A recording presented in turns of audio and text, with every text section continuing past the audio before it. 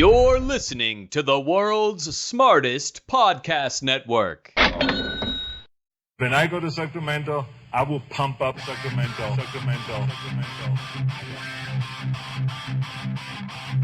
Some say the news is fake. Others say it's real. These two don't have the time to check. Instead, Turner Sparks and Michael Ira Kaplan turn to comics stationed around the globe to be their eyewitness reporters so that you can know what's really going on. This is Lost in America. All right, everybody, welcome to Lost in America, episode 242. My name's Turner Sparks. I'm Miguel Kaplan. There we go, on brand. You can find me at turnersparks.com. I'm going on tour September, October, November, December, September. The next one coming up, Dallas, Texas, September 16th. This is the official announcement. We booked it yesterday. Me and Andrew Heaton and I are headlining Hyenas Comedy Club, Dallas, Texas, September 16th. Come to that. I'll be at the Sacramento Punchline November 10th. December, I'll be in Alameda Comedy Club.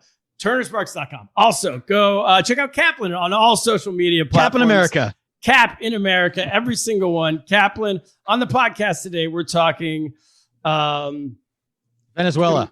To Francisco Ramos about Venezuela. I was looking at something else. About Venezuela. It looks like there might be a potential for the government to change. My brain is working slowly today, but I don't know. It's been a long time with this Venezuelan government. It's very contentious.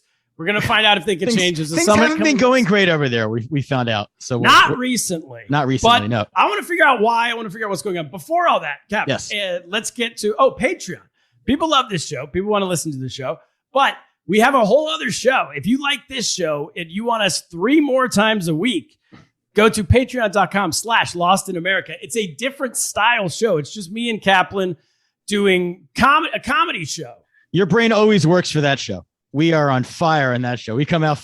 We got a half hour. We're going to be discussing today when we record the episode all about Governor Cuomo resigning. He resigned today. We're gonna be discussing how at my kids' summer camp they have boys getting married together, girls are getting married together. Very woke. So we have a lot to get to. We have a lot of news. So there's always news in New York City. There's always news with us. As we say, this is a show, Lost in America, where we learn about the world. The Patreon show is where the world learns about us. Yes. Cap. So patreon.com/Lost in America. You get that for $5 a month. For $20 a month, you get your own ad on this show once a month. And we'll have one from Dennis Owens coming up next week. I know he's very excited. Dennis Owens. There's a tease. That guy writes great ad copy. He's our madman. He writes it's the ad. He just wants to talk about the NFL season. It has nothing to do with any business he likes or business he wants to promote. He wants to promote the Kansas City Chiefs. That's all we'll say. All right. Today's episode, Cap. What do you know about? So let me start because I don't know much. So I'll go first, and then I'll go, and then you can come in. So I thought that Chavez was the president of Cuba. Of Venezuela. You're a really good start. I'm way off today. I'm drinking decaf coffee. It's a real nightmare. And I thought Chavez was the president of Venezuela until we did our Cuba episode like 3 weeks ago. And remember, we found out, we're like, Cuba's not doing so well right now because they used to rely on Venezuela. And now they can't anymore. And I was like, why can't they rely on Venezuela? And I didn't say that, though. I just thought it because I didn't want to be an idiot. You got to come off smart. We're blowhards. Yeah. Yeah. And then I waited for you to talk and you and the guest. And then you guys had better ideas. And I just kind of went with it. So I don't know much. What do you know? Well, I know a little more than you. I know Chavez, to go back it up in the 2000s, he was very popular with the left. Venezuela was booming. They had national health care. They were supporting Cuba, as we found out. They were doing oil. well. They had oil. They had all this oil money. It was flowing in. The good times were rolling. Yes. And in the good times, I can appreciate what happened to them. When the good times are rolling, you don't think maybe we should put some money. My grandfather would say, save $10 a week from your paycheck, every week, save your money. Venezuela, no, we don't do that. They don't do that in Venezuela. We don't either. We don't do that. I don't do that either. Who saves money nowadays? Come on. We were raised by boomers. Boomers don't save. They spend. So Venezuela's Chavez and his successor Maduro were raised by boomers, I guess. And well, wait, you just skipped over one important part. What I learned last week. Chavez died in 2013. Oh, you should. So we're doing a whole theme now where Sean Penn is picking our episodes. So last week we did Haiti, which is a favorite country of his. You don't remember? He spoke at the funeral. Sean Penn spoke at Chavez's funeral. This is big news. Sean Penn was a fan of this guy. He was a big fan. So he died in 2013, I guess, is the year. And then Maduro took over, and Chavez was smart. He timed his death to the oil markets collapsing, is how I understand it. Yeah, they collapsed in 2014. The world oil markets collapsed. Venezuela did not save money for a rainy day. Didn't listen to Grandpa High. And so the country's been doing poorly ever since. And then I think they rigged an election a couple years ago. They had elections. Maduro did not win, but he stayed in power. And so we put sanctions on them, and that's where we are today. So okay. So he was a successor to Chavez. Francisco Ramos, welcome to the show. Really excited to have you. We've been trying to get workout schedules for a few weeks. We finally got it. You have a show right now on HBO Max that is all you. You wrote it, produced it, created it, called Zoo Animals. Yeah. And it's a short, so people realize it's not a show. It's a short. Our audience is a be low very attention quick. span. Yeah, so that's 7 minutes. You can watch it in the bathroom. You'll be good. And also, audience. You're in Rio, right? Yeah, I'm in Rio. Yeah, I did the voice of the King Monkey. Amazing. In the first movie. Yeah, so that was cool. And I think I first saw you a while ago in Last Comic Standing on TV. Mm-hmm. Yeah. What year was that? The last one. I mean, I don't remember the year, but I know it was the last one. It was the last one that did before, and which was that season was going to get canceled. And then and then they're like, all right, we'll revive it back. But then they did it in 3 weeks. So it was very quick, the way when we shot it. But yeah, I remember the year, but it was good. It was a good experience too. Cool. Was that with Norm Macdonald? Was he on that one? Yeah. Norm Macdonald, Roseanne, and Keenan. And that was like the era that I thought was the best.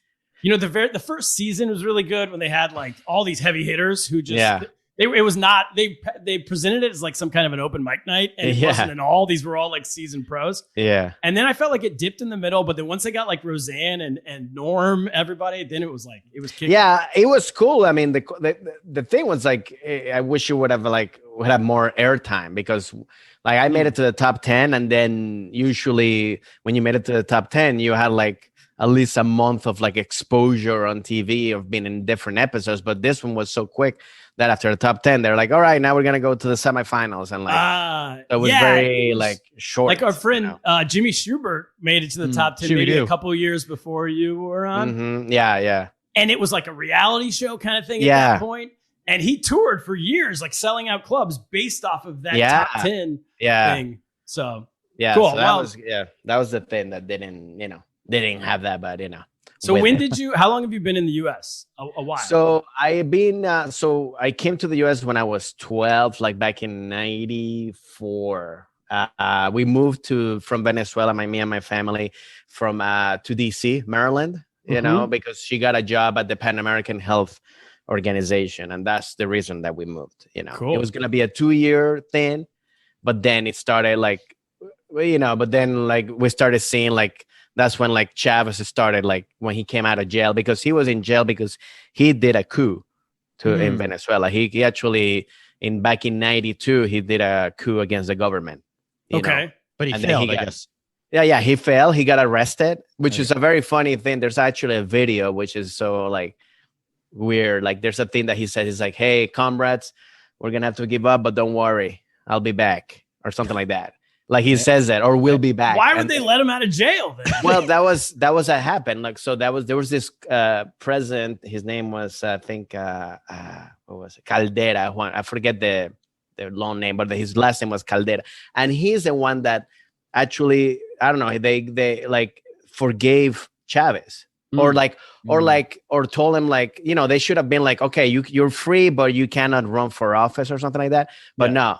They let him, and then when he got out, then he had all this power. I mean, all this popularity, and obviously Venezuela was not doing well because of the corruption from the other side, I guess, Okay. And that's what he took over and started going like, hey, look at me. I think he actually did. I feel like Trump basically copied what Chavez did, because Chavez was the first politician that was like, hey, I'm gonna talk like, hey, what's up, dude? Hey, you get me some coffee, like the man on the street. And then he also would be like, look at me, I'm also poor. I'm poor like you guys. And he kind of like used that to Venezuela's division of like, because Venezuela is not I would say it's not like a racist country, but it's a more of a classist country, classism. So it's about poor and rich. And then there was a very big, you know, it was like 20% rich and then 80% poor. So he basically used that to go like, hey, you know, we can actually, we're more. Let's take over, you know, and that's what attack the rich. Yes, that was his platform in terms of running. And then, you know, like that. Because he was very like, still very politician. And then he started becoming more radical when he started like, you know, with Fidel Castro and stuff like that, which when he started like talking to him, which I feel Fidel Castro actually gave him the plan on what he did with Cuba to do what he did in Venezuela. He gave him the notes. He was running his system. He came out. I'm pretty sure that he did, because he was doing the same thing, you know, like, you know, and I think, and Fidel is like, hey man, he did it for 50 years or whatever years, you know, like hey, it works. And I feel like Cuba and Venezuelans are very similar in personality, where it's not like a radical, like personality, like it's more chill, like we're gonna party, so it's like, so it's easy. So I think it's easier for people to take advantage of that, because if it's like an angry society, it's harder for them to like start putting all these rules. You know what I mean? So was he? Because that's actually what I felt when I was doing the research the last couple of days. I was like, this has got a lot of similarities to Cuba and Castro, but Castro within his country has always actually been pretty popular, right? Yeah, like with a certain amount of like. If you just go raw numbers, it's not like everyone in Cuba hates Castro. He has like people who genuinely like him. Did Chavez have the same thing? Yeah, no, he definitely had, especially in the beginning, because he, like, if he actually did what he was gonna do, it would have been, you know, Venezuela would have been successful. It's kind of like, you know, I always say like it would have been like, yeah, it's kind of like a Putin or like China stuff where you go like, well, there's some people don't have some rights or whatever, but they're doing well. You know, so how are you going to... A well-run dictatorship is in a way. The trains like, run on time. Yes. Like, and also Venezuela has always... I remember growing up just from family. Like back in the 50s, there was this actually dictator. His name was General Perez Jimenez. And I don't know how long was he, but like during his time, he was a dictator that like, but he created so much for Venezuela, like highways that people still use. There's a dam in this part, where like a lot of stuff that he created that even like my grandparents and parents always hear him like, back in those days, you know, it was so like everything was safe. You could like go out. I mean, like you could leave your doors open and like nothing like, so I think a lot of people also kind of like connected that to like Chavez, instead of like, hey, if we can have this again, that'd be great. So like, he did have popularity. I mean, obviously he did. He connected with, he's like the typical, you know, populist leader that are in history that just connect with people, you know, like the big, like Mussolini, Hitler, you know, all those guys. I mean, they're charismatic. I mean, and they're gonna, you know, so you gotta be charismatic. That's what we always say around here. Yeah. For sure. Yeah. I mean, like, like you have to, it doesn't matter what you do or what you know. It's more about being charismatic. That's pretty much it. I mean, I think to be a leader, a political it's like stand up. You got to be charismatic if you want to. You got to hold a room. We always say Trump would be an amazing stand up. Yes. He really would. Yeah. His improvisational skills are off the charts. Yes. Yeah. How is Maduro in this? Is he charismatic too? No, Maduro's the opposite. He's not going to survive. There's my... No. Well, Maduro, he's literally, because he was the right-hand man of Chavez. He's kind of like, I think I don't know how he started.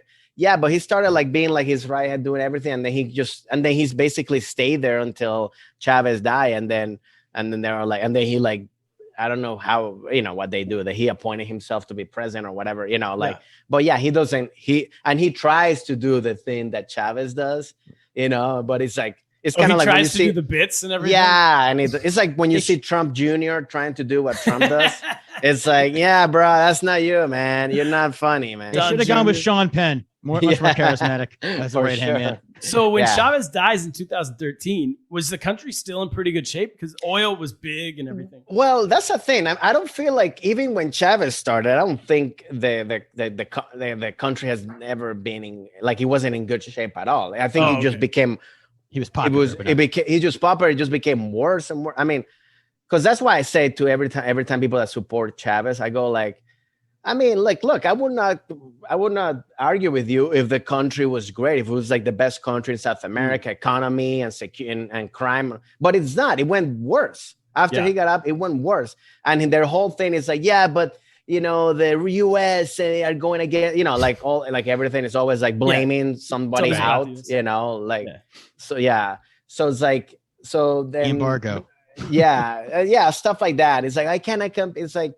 Nah, man, if it was good, it was good. I think because the best times, I think when Venezuela was really good, like from my parents, is when it's like during like late 70s, 80s, and early 90s. That's when really Venezuela was kind of like one of the best. It was like a leader in South America. One of the wealthiest countries, right? Yeah, wealthiest countries. And like people would move, which is weird which is funny because a lot of immigration happened in Venezuela during those times. And now you see the opposite. And it's weird because these countries are rejecting Venezuelans or like treating them bad. And it's kind of like one thing that Venezuela was always cool. Like they welcome everybody. Like if you were from Colombia, so people were immigrating Peru, into Venezuela in the 70s. Now 80s. I read like 5 million Venezuelans have left the country in the past several years. Yeah, now it's like the opposite. Yeah, and now they don't let people leave. Like you have to basically sneak out. It's like they don't want more people. Yeah. No, I mean that I don't know. I mean I know you can. I was reading. But it was very hard to leave. I was reading a story about it's hard for I guess if you're. I mean, especially if you come from poor background and stuff like that, it's hard to obviously like just because you got. But I know now there's people in Chile. I mean, there's Venezuelans all over now. It's crazy. Before when I was living in when I first moved to see a Venezuela, like anywhere was like, oh wow, there's somebody from Venezuela. Now it's like they're everywhere. Okay. And you guys were gonna leave for 2 years for a job, and then and come back. Yeah, the contract was like a renewable contract, but then. And especially when we saw this whole change, that's when my parents were like, "Yeah, I'm probably gonna stay here." Wow, and then eventually we just stay here for forever. Yeah. And I read, speaking of like Chavez's rule, they said that during his time, and even up until recently, basically until 2014, when oil collapsed, the country was 90% of Venezuela's exports were oil. Yeah. And they were importing 90% of like basic goods had to be imported from another country. Yeah. They weren't sold locally. So therefore, when no one was buying their oil anymore, they didn't then have the money to buy anything to import, and everything just totally collapsed. Yeah, I think that's always been the Achilles heel or like the spoiled rich syndrome of Venezuela because of oil. They got everything since I was born. Gas in Venezuela, I don't know what it is now, but when I was there living, like it was literally like, I mean, you could fill a tank with like $1, wow. Like gas is like so, but because Venezuela, that's the problem. Venezuela, because there's so much oil, like they live off that for a while. And instead, Venezuela should actually, their number one export should be tourism. Venezuela is such a great country for people to come. I mean, it's got like every kind, but like you said, Chavez and the government, they use the oil, and then when there's no oil, then nothing comes in, and then obviously, there's not money to pay, and then you don't build any structure of people to build goods over there, So, and I was even reading that they don't even like people waiting gas lines there because all the oil they have goes out. I guess yes, it's a country rich with oil, and which you can't get gas if you're just a regular person. Incredible. There was one. I don't remember what year was it, but I remember the lines were like days. Like people would stay there and people would play dominoes, cook stuff, put music while waiting to put, which is ridiculous. A country that has so much oil to be able to, and even right now, I think even during this year, there's been some like gas, shortages, which again, it's ridiculous. It should not be like that. And they did. I mean, this is like we have like boomtown, like an American boomtown. Like the West Texas or whatever, like these small boom oil towns that when the oil's good, like everybody's just buying mansions. Yeah. And then like 2 years later, everyone's trying to sell it for like a tenth of the value. Yeah. We have these in America. What about so he wasn't keeping reserves, I guess, because like in Saudi Arabia, they have like 500 billion whatever dollars or more in oil reserves. So in case oil goes down, they can still No, he was given to. I mean, the whole thing about Cuba supporting, giving to Cuba, giving to China, giving to Russia. You know, Iran. You know, all the. So it's like, it was. It was crazy. I remember. Yeah, the who's who of great countries. Yeah, and it's like a rich guy who like takes all his friends out, but he's not taking care of your family. It's like the family like is like suffering, and it's like, dude, it's like give first to the country and then give out if there's enough left. You know, but like. No, it was all building because this whole thing that Chavez was doing, building the whole left, leftist government and building relations. I think also, and then Ecuador started happening with Korea, and then and Brazil with Lula, and so they just that's why the reserves were there, which is dumb. And he was like a, did he call himself a communist?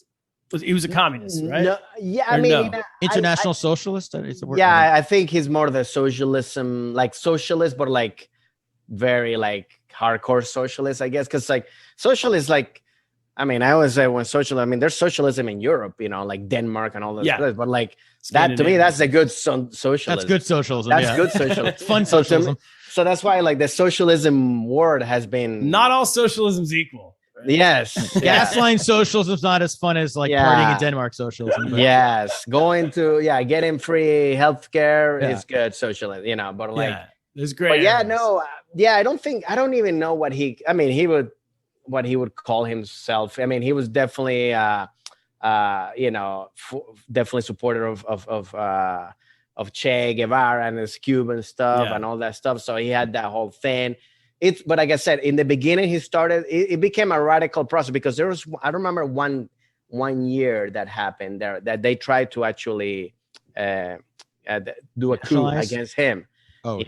It was like, I don't remember what year, but like, it was like a helicopter thing. It was like very like Hollywood stuff. Like they were going to like get rid of him, and the new president was going to take over, but then they fucked up. And then when he saw that, he's like, "Oh, you're gonna do this to me," and that's when he was like, started changing the constitution. Started in 2018. The thing we read. He was not around. It was definitely like 2000. Oh, you mean Chavez? Sorry. Chavez. Okay. Yeah. Because when that happened, like he was like doing his thing, but still being very like I guess more calm. But when that happened, he's like, "Oh, you want to do?" And then he really became more radical in that thing. I mean, he started changing the constitution. That's where he's like, now you can like roam forever if you're a president. You know what I mean? Like, there's no like not like here where you can only do it twice. Start changing the year. Then the whole like the Congress stuff too. They started changing. A bunch of laws that made it easier for him to stay in powers as a democracy. Sure. So when he came in under the idea, the guys that he was going to be like hand over power, that he was elected and he was going to. Yeah. And stuff. He did. He was elected. First time he won, he was elected, very popular. Like people liked it. I mean, that wasn't rigged at all. It's afterwards when all this started happening. And then when you could see that like, that there was started to happen where like, I mean, cause especially like the person who's like the head of the president of like the election board, whoever counts the votes, like she was part of Chavez. So it was always like, well, okay. So it's like, they could always do like which numbers, Trump is so jealous that he really tried. Yeah. He couldn't pull that off. Why didn't I think of that? Yes. Person counting the votes. Literally what he wanted to do, like Chavez did. Yeah. It's easier in Venezuela, probably. Yeah. There was, of course. Yeah. And what was it like? Like, could you have private business during that time? Or were they nationalizing things? That's the thing. The oil, right? And when Chavez started then nationalizing the oil and then made it, so a lot of companies started leaving Venezuela that were producing there, and they either went to Colombia or somewhere else because like the thing is about it is like you didn't, because then they started doing all this stuff where they're starting like expropriating land. So let's say like you were like, and even for businesses or for like a private citizen, like you could have been like, this is my land, then they came up, nah, sorry, this is according to law, whatever, this is part of the government. And then they would take the land. And then you'd be like, and you get nothing. So then a lot of people then started going like, well, I'm out of here because how am I going to have an actual, business? And like, if I'm afraid that something, they're just going to take it out any second. you know. At any time, right? Yeah. Yeah, I've anytime, lived through that actually. I used to live in China and I had a business taken away. Really? They have ice cream trucks in Venezuela. I mean, yeah. But I So mean, what happened to you? Like they just came. What are the reason?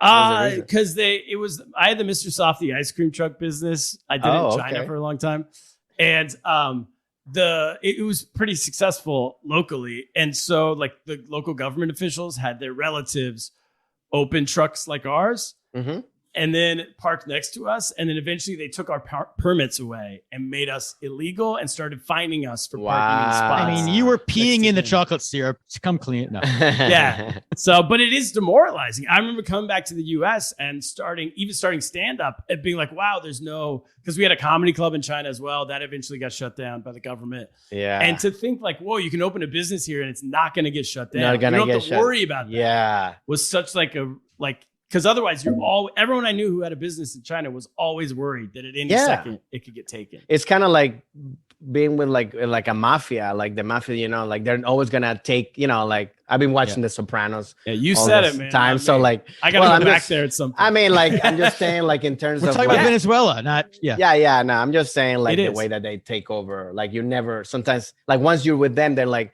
they can always take over your business, and you're like, well, it's not mine anymore, kind of thing. Right. You know? They protect. I'm not saying who's the guy who had the restaurant? Artie the guy with the Bucco? restaurant on Artie Bucco, yeah. It's like being Artie Bucco. I was the Artie Bucco. Yeah, that's what I mean. Artie Bucco. Yeah. You got some good gabagoo. Yeah, hey, gabagoo. Come on, let me help you. Wow, you guys really left at the right time, huh? Yeah, Your no, family. So it was, and we weren't planning to. It was just like luck of the draw kind of thing, and then we just stay.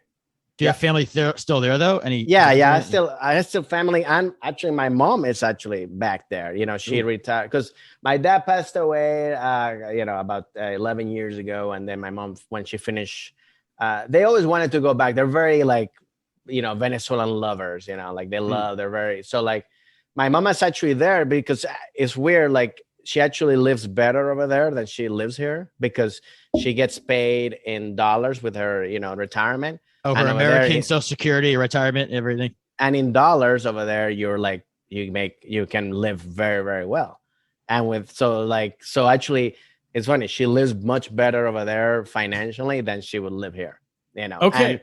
And she actually likes living there because obviously all her friends are there, family's there. And then, you have the opportunity to go to restaurants, to do all this stuff that she couldn't do here, I mean, so that gives me to my next question, because this idea of getting paid in dollars over there must be amazing. I read the local currency. What's it called? The currency? Bolívares. Bolívar. Okay. Bolívar, which is like the name of the liberator. That's what I read. Yeah. Okay. I read that it's per year. The estimate is that the annual deflation inflation is 1.7 million times. Yeah. So they said, like, for example, if you have $10,000 on January 1st, by the end of that year, by December 31st, it'll be 59 cents. No, it's if you have it not in dollars, in Bolívares. Yeah. But the equivalent of $10,000. Is that still happening? Yeah. Well, I think now that everybody's using dollars. It became so bad that now like the currency is actually dollars. Yeah. Because like you cannot, you could have you had to buy a pack of gum. You had to bring like a car full of money to just buy some gum because like the value was like, it was like $1 million bolivars just to buy like a pack of gum or some. Yeah. No, I read a story about a guy who was trying to sneak out of the country, and the money he had to bribe, like all the police officers he met along the way, was all dollars and euros. Cause he basically said, no, the police will not take bribes in the local currency. Of course. The police don't even trust it. Yeah. It's like, so. No, it's crazy that the value. Well, that to tell you, like I always remember this because my parents, every time growing up, they would say like back in 81, the Bolivar to the dollar was $4 or like, so like $1 was 4 Bolivares in 81. When I was like, I remember in school, I remember my parents would give me like, when I would stay over for sports and stuff like that, 100 Bolivares, which was, that was equivalent. I could buy like a sandwich. I could buy $25. $20. Stuff like that. And now it's like, I don't even. I mean, like a penny. Like what is it? I mean, not even less than a penny. I mean, even when I used to go there, I would when like I never would buy. I would always change dollars because you never know what there was always two different markets. It was like the original, like in terms of like to exchange money. There was the real one, and then there was the black market one, and that's where you actually would change exchange money. So like, because if you go to Venezuela and would and pay with your credit card from here over there, they would charge you with the actual currency, and it'd be so expensive. So you had to do it with the actual black market one, but you had to do it with cash. It's a whole weird shit that I don't even understand. Yeah, like the economy over there.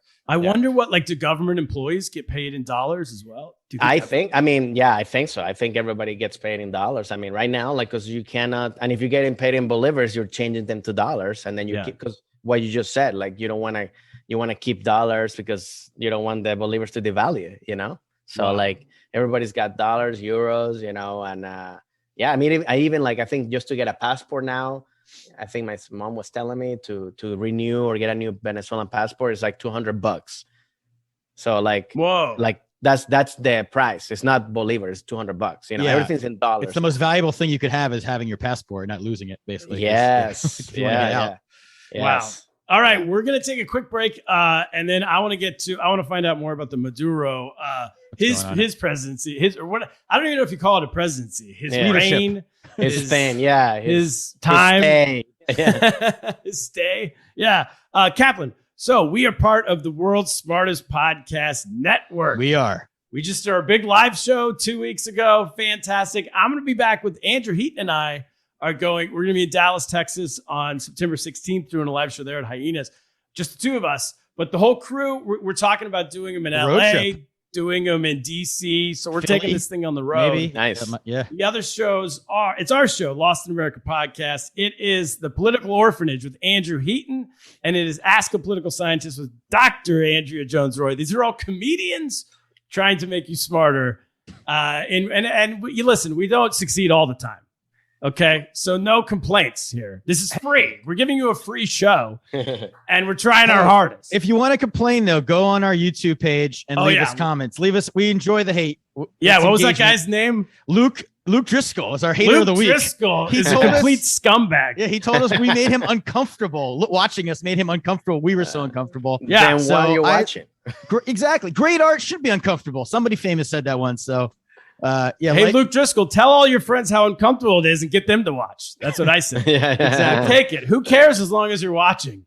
As long as you spell our name right in the criticism, give us some hate mail. Son of a bitch, Luke Driscoll. All right, Kaplan. Now let's get to a word from your local sponsor. All right, we're back. Oh, and you can find us. I didn't even finish that ad. You can find us at worldsmartestpodcastnetwork.com. All of our shows. Subscribe to everybody. And now we're back. Okay. So, Francisco, Maduro is now so Chavez dies in 2013. Maduro takes over. 2014 is when everything collapses. And so good timing on Chavez's part. Yeah. Dying best right dictators have good I think timing. he knew it was something, let me get out of here before. But not great for Maduro. So he then loses popularity, it seems, pretty quickly, if he ever had it. Right. Yeah. Like I said, he's not the charisma personality that Chavez was. And like, he definitely had some support because of people were just following on Chavez. And they were like, and then when Chavez, I'm assuming, I'm not saying I know this at all, but I'm assuming Chavez basically, when he gave the position to Maduro, he's like, hey, follow him. If you like me, follow him, kind of stuff. Like we just did with the other podcasts. Yeah. He did a plug.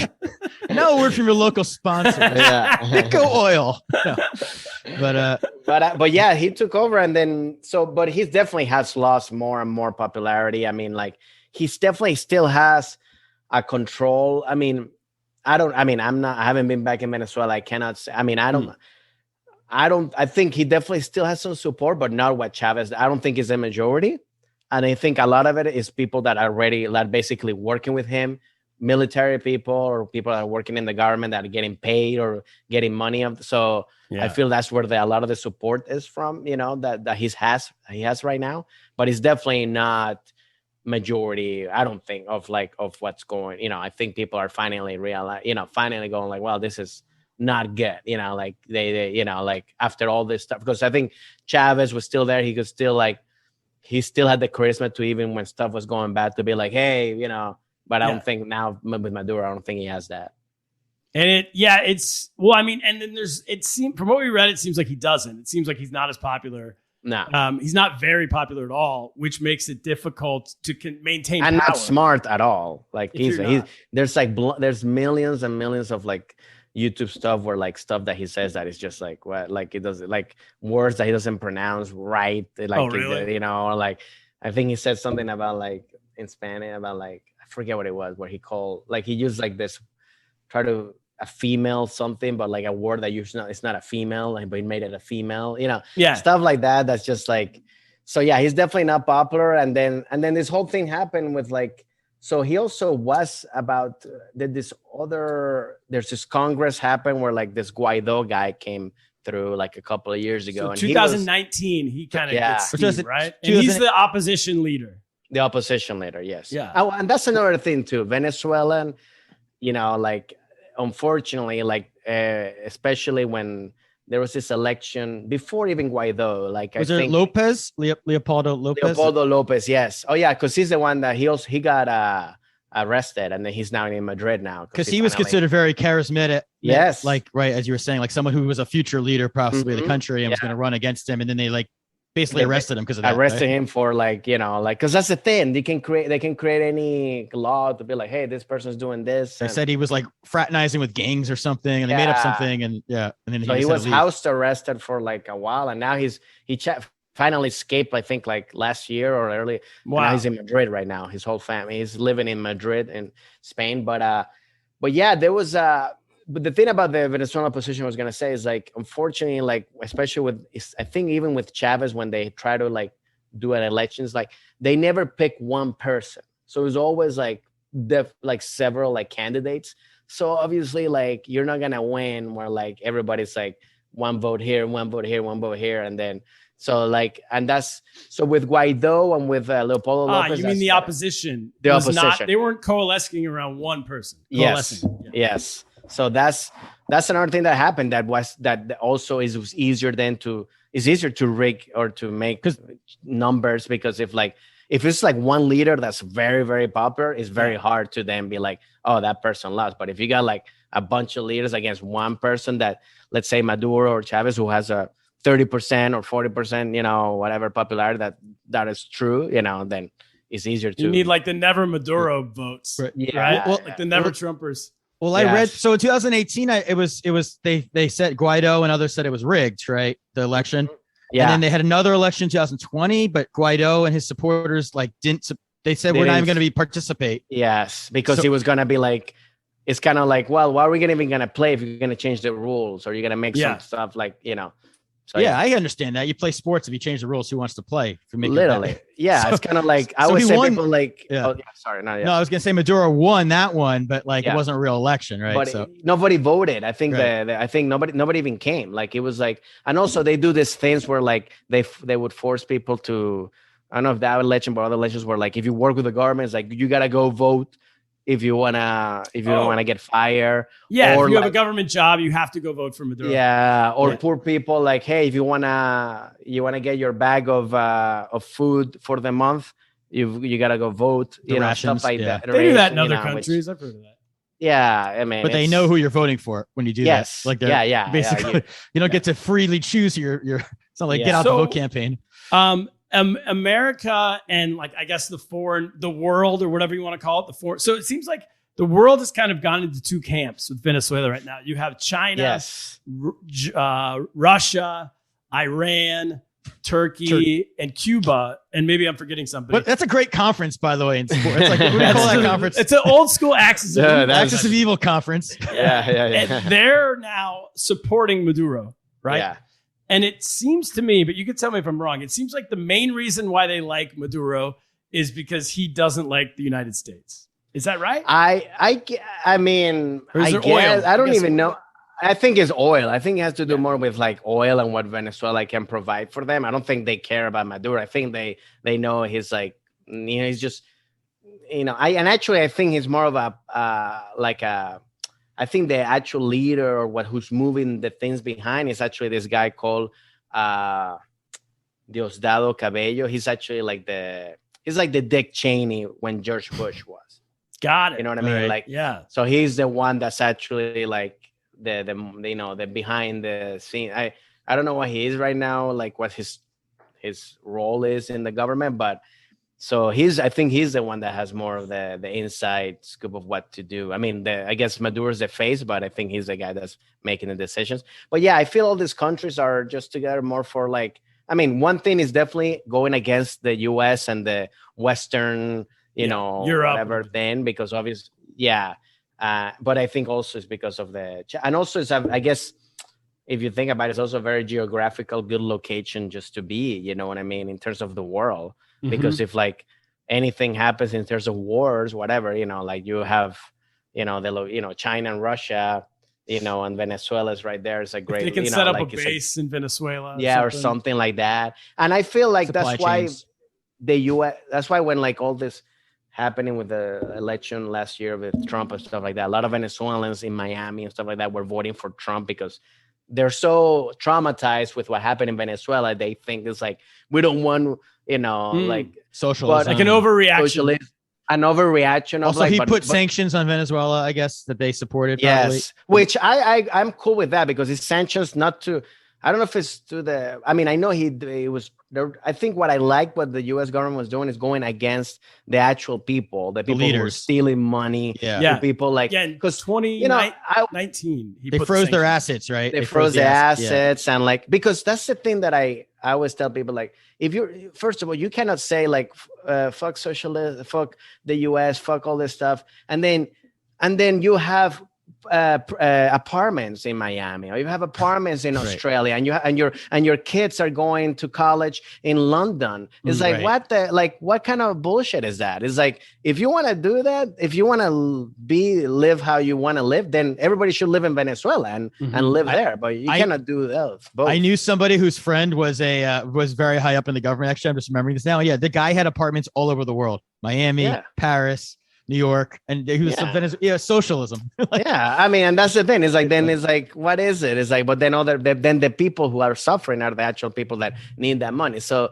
I always said it was like because Venezuela was corrupt, in the 80s, started getting 80s and 90s by like normal corruption, if you want to call it, like old school corruption, where it was like you steal money, but you still have but it's not that bad. And then when Chavez came in and all this stuff, I mean, I think the corruption moved to the other side. I think like everything, like any leader or anything, like once you get in power corrupts. Absolute and then power.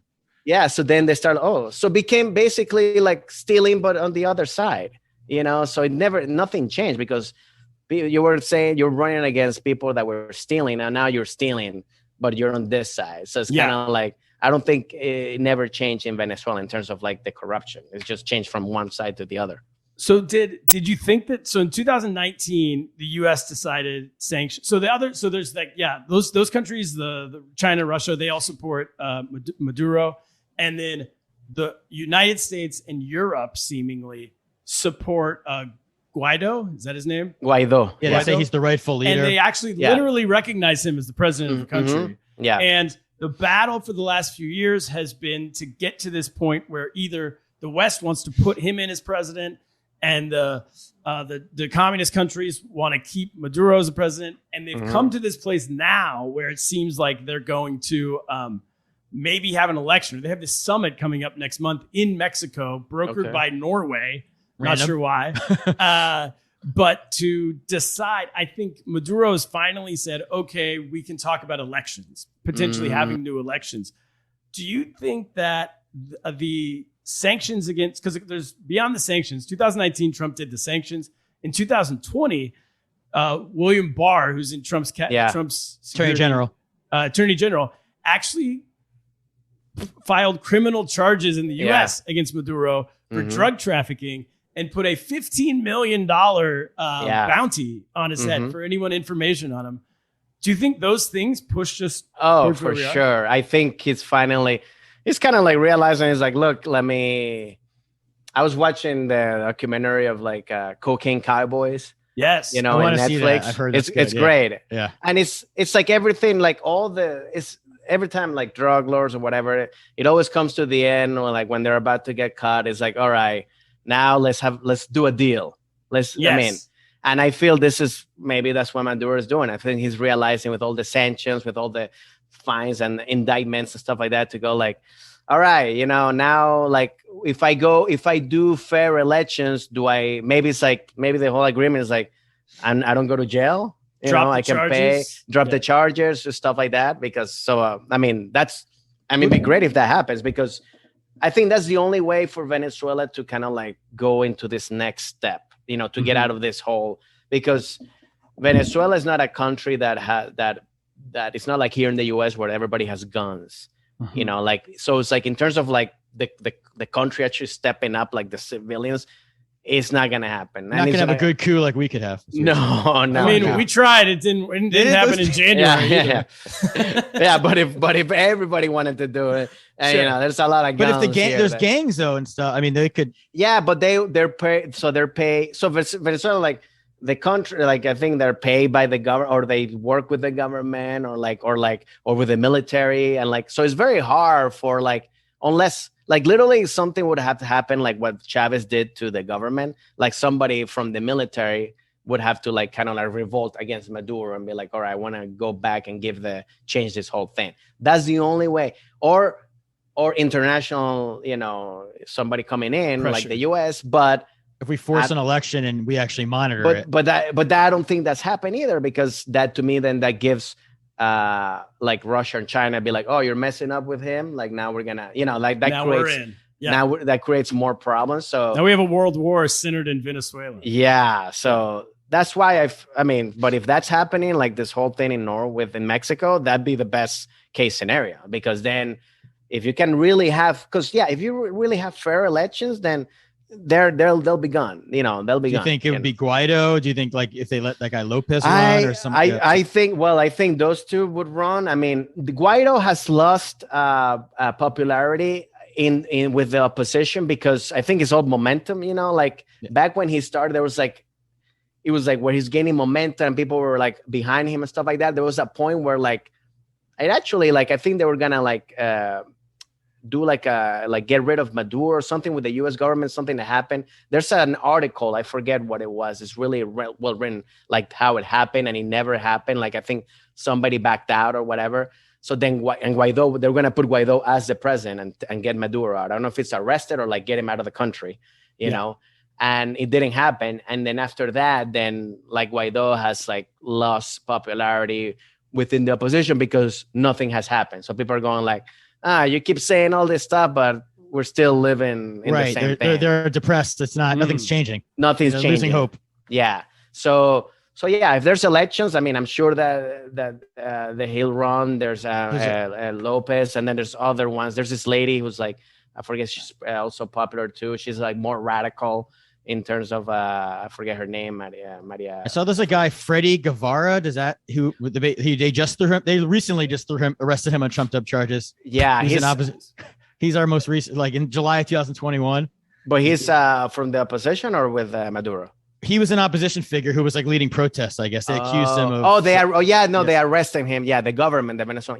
Yeah. And that's the thing. That's like I mean, like they can come up with, even there's a comic too that he actually, a Venezuelan comic that I know that he had to leave. He lives in Mexico because he did a joke. He was doing a joke, and then somebody saw it from the government, and they started going like, putting charges against him for like making fun of like handicapped people, because that was like the joke was about something about handicap something.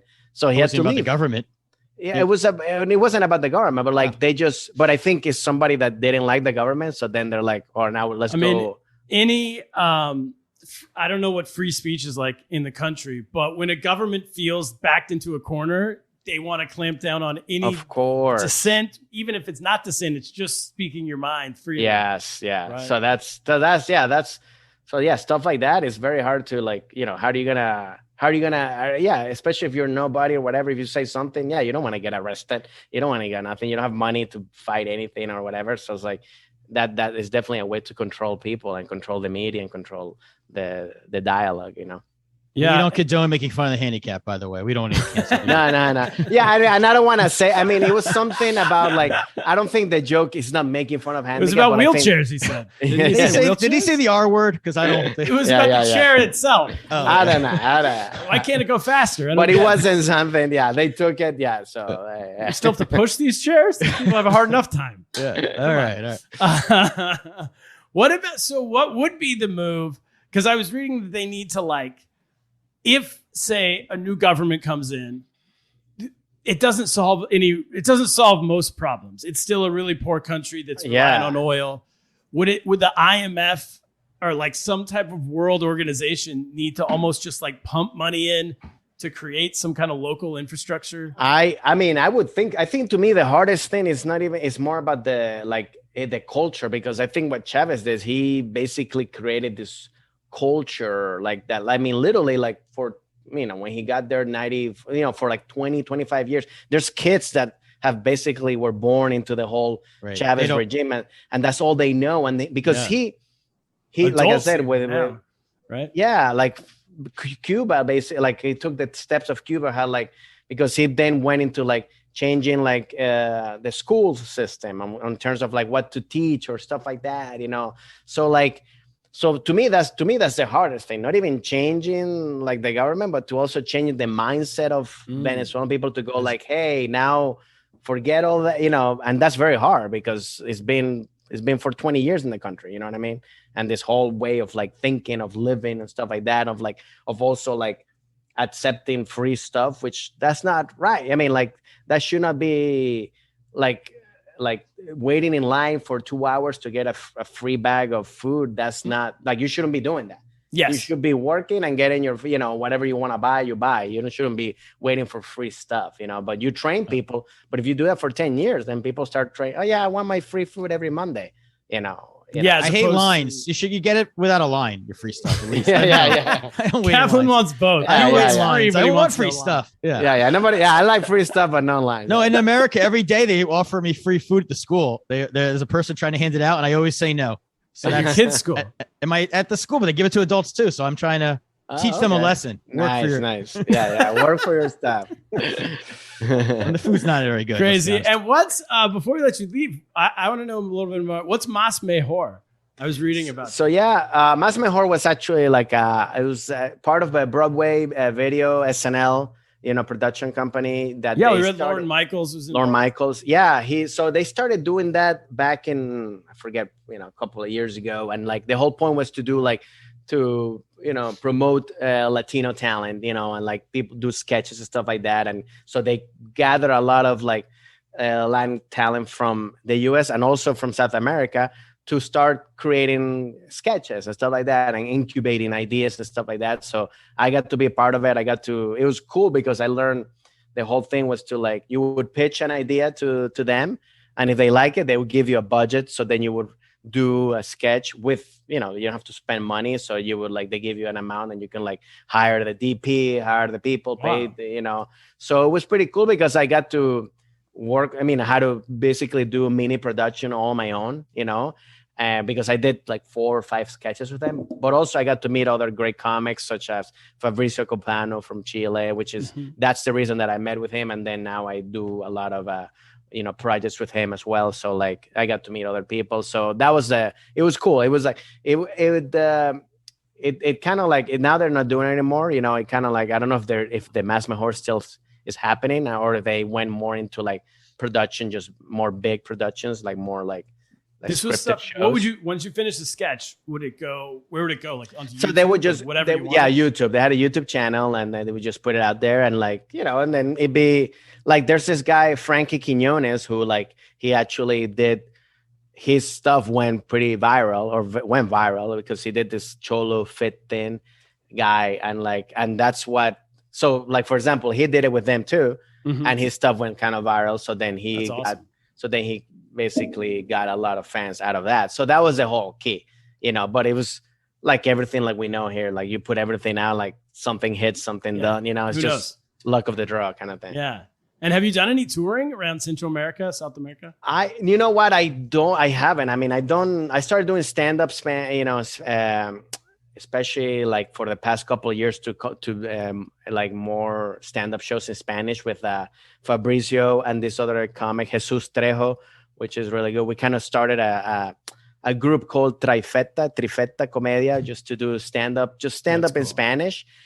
So I've done it, but mostly around the US. I haven't had a chance to I've done in Cabo, I did a Spanish set as well, but I haven't got a chance to do that much Spanish stand-up. I mean, I definitely, one of the things would be cool to be like, for example, with especially Fabrizio, because he's actually done touring in South America to go with him or something. He already has like the connections to do it and stuff like that. Yeah. So I would love to, because now it's more popular now. Like now people know more about stand-up in Latin America. So it's like now it's big and people get it now. So it's easier now to like people come to. Yeah, you're not like creating the market. No, it's like already there. I mean, it's worldwide now.